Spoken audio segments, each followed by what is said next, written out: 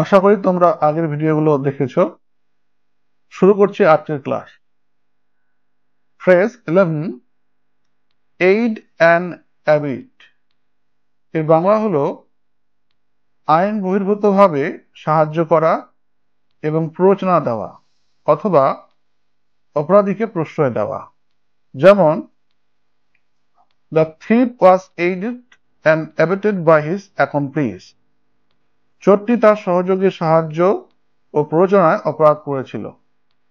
The witness claimed that the defendant aided and abetted the murder. সাক্ষী দাবি করেছিলেন যে আসামি হত্যাকাণ্ডে সহায়তা ও প্ররোচনা দিয়েছিলেন। The company was found guilty of aiding and abetting the illegal dumping of toxic waste.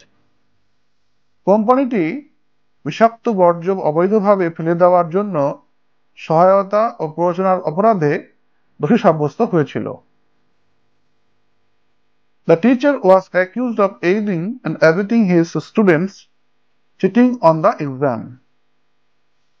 শিক্ষকের বিরুদ্ধে অভিযোগ ছিল যে তিনি তার শিক্ষার্থীদের পরীক্ষায় প্রতারণা করতে সাহায্য ও প্ররোচনা দিয়েছিলেন।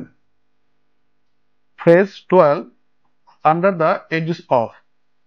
এই ফ্রেজটির বাংলা অর্থ হল অধীনে, নিয়ন্ত্রণে, পরিচালনায়, তত্ত্বাবধানে, পৃষ্ঠপোষকতায়, সহায়তায়, অনুমোদনে। এসব ক্ষেত্রে এই ফ্রেজটি আমরা ব্যবহার করতে পারি। যেমন, the conference was held under the aegis of the Minister of Education. শিক্ষামন্ত্রীর নেতৃত্বে সম্মেলনটি অনুষ্ঠিত হয়েছিল। The company was founded under the aegis of a group of experienced entrepreneurs. একদল অভিজ্ঞ উদ্যোক্তাদের পৃষ্ঠপোষকতায় কোম্পানিটি প্রতিষ্ঠিত হয়েছিল। The charity works under the aegis of the Red Cross. Red ক্রসের তত্ত্বাবধানে দাতব্য সংস্থাটি কাজ করে। Phrase 13, airs and graces. এই ফ্রেজটির বাংলা অর্থ হল অহংকার, অভিমান, দাম্ভিকতা। এয়ার্স অ্যান্ড গ্রেসেস ব্যবহার করা হয় যখন কেউ নিজেকে অন্যদের চেয়ে উচ্চতর মনে করে এবং তাদের আচরণে তা প্রকাশ পায়। কৃত্রিম আচরণ, এটি এমন আচরণকে বোঝায় যা স্বাভাবিক বা প্রকৃত নয়, বরং অন্যদের প্রভাবিত করার চেষ্টা করা হয়।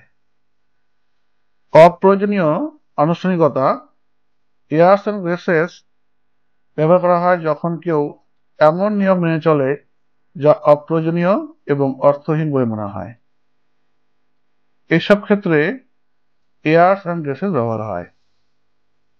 এয়ার্স অ্যান্ড গ্রেসেসের কিছু উদাহরণ এখানে দিয়েছি আমি। যেমন, she put on her airs and graces when she met wealthy businessman. তিনি ধনী ব্যবসায়ীর সাথে দেখা করার সময় অহংকার প্রকাশ করছিলেন।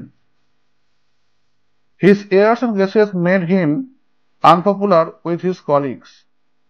তার কৃত্রিম আচরণের কারণে তার সহকর্মীদের কাছে সে জনপ্রিয় ছিল না। The wedding was full of airs and graces, but it was clear that the couple didn't really love each other. বিবাহ অনুষ্ঠানটিতে অপ্রয়োজনীয় আনুষ্ঠানিকতা ছিল, কিন্তু স্পষ্ট ছিল যে দম্পতি একে অপরকে ভালোবাসে না।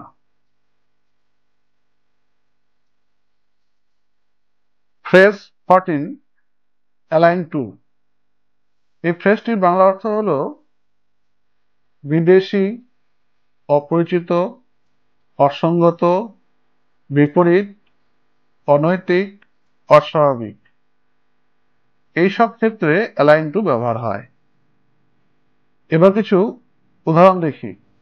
যেমন, the concept of artificial intelligence is still aligned to many people. কৃত্রিম বুদ্ধিমত্তার ধারণা এখনো অনেকের কাছে অপরিচিত। The new law is aligned to the spirit of democracy. নতুন আইনটি গণতন্ত্রের মূলনীতির বিপরীত। Violence is aligned to her nature. হিংসা তার স্বভাবের বিপরীত। The toxic plants in the greenhouse were aligned to her. গ্রিনহাউসের বেশি গাছপালা তার কাছে অপরিচিত ছিল। The feeling of loneliness was aligned to him. একাকিত্বের অনুভূতি তার কাছে অপরিচিত ছিল। আজ এখানে শেষ করছি। তোমরা যদি আগের ভিডিওগুলো না দেখে থাকো তাহলে সেই ভিডিও লিঙ্কগুলো আমি এই ভিডিও ডেসক্রিপশনে দিয়ে রেখেছি, একবার দেখে নেবে।